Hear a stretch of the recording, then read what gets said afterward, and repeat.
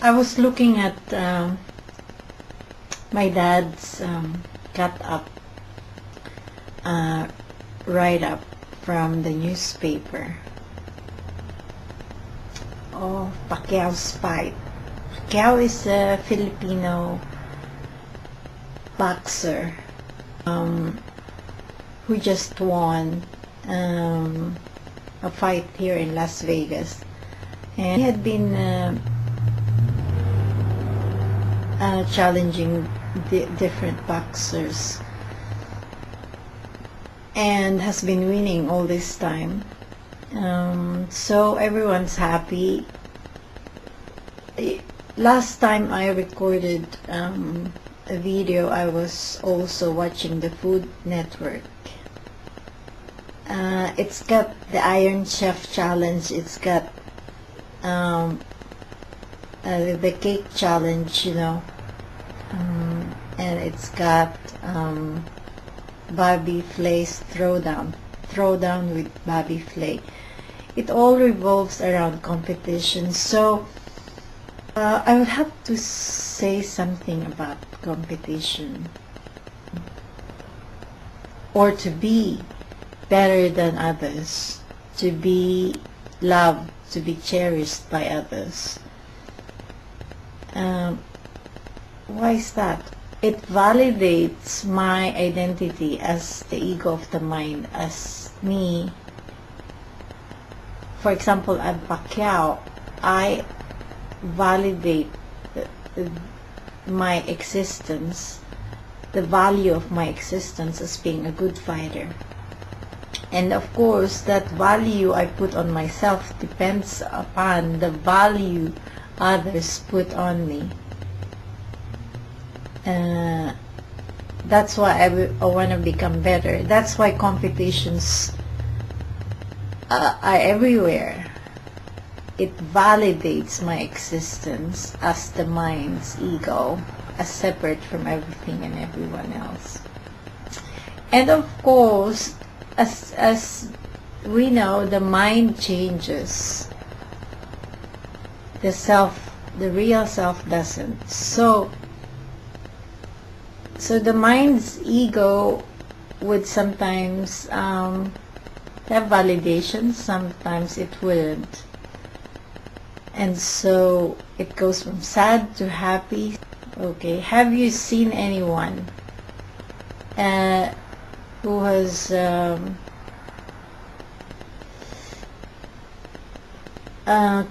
who competed in different competitions, who has had self-realization? Or I haven't seen one nor heard one.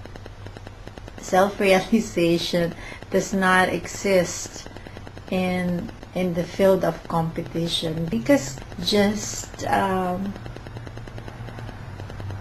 plays with the mind. It's the mind. It's a mind game based on separation, me separated from others, me wanting validation as the mind's ego. At work, we compete for the best position in relationships.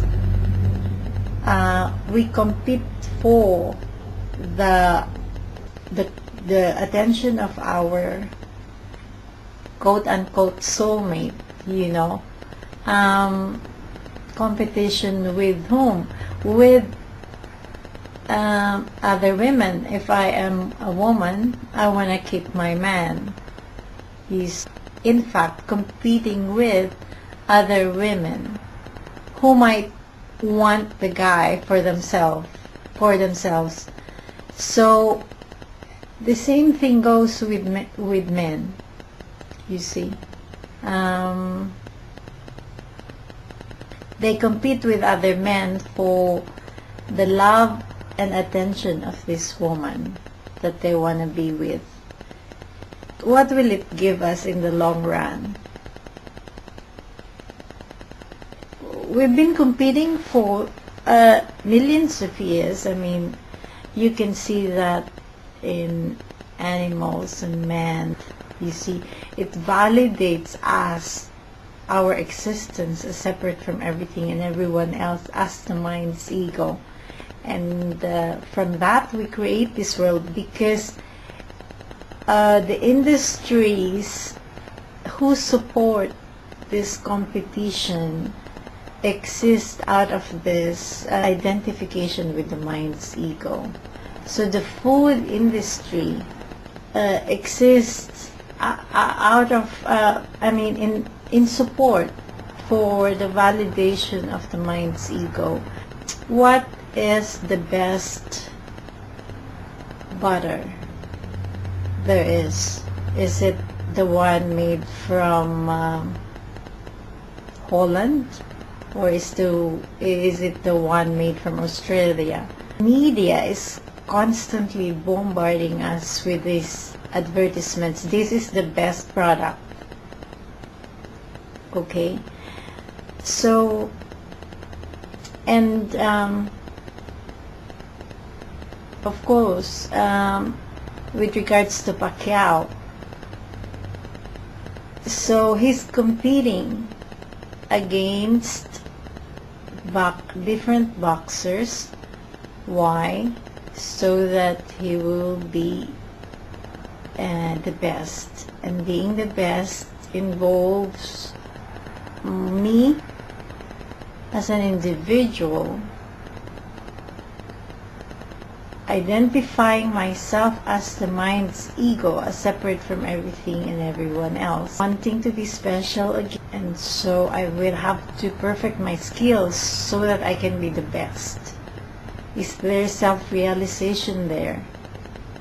As you know, as that real self that you are, as the life force, one and equal as all life.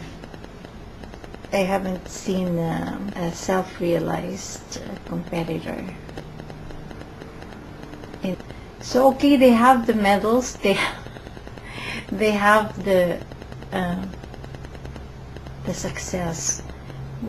How do we define success? I would define it from this observation as seeing me as better than everyone else. Where does that come from? From the mind, you see. Where does that lead me? To the mind. Is there any self-realization there? What is this, the real self's, how does the real self work?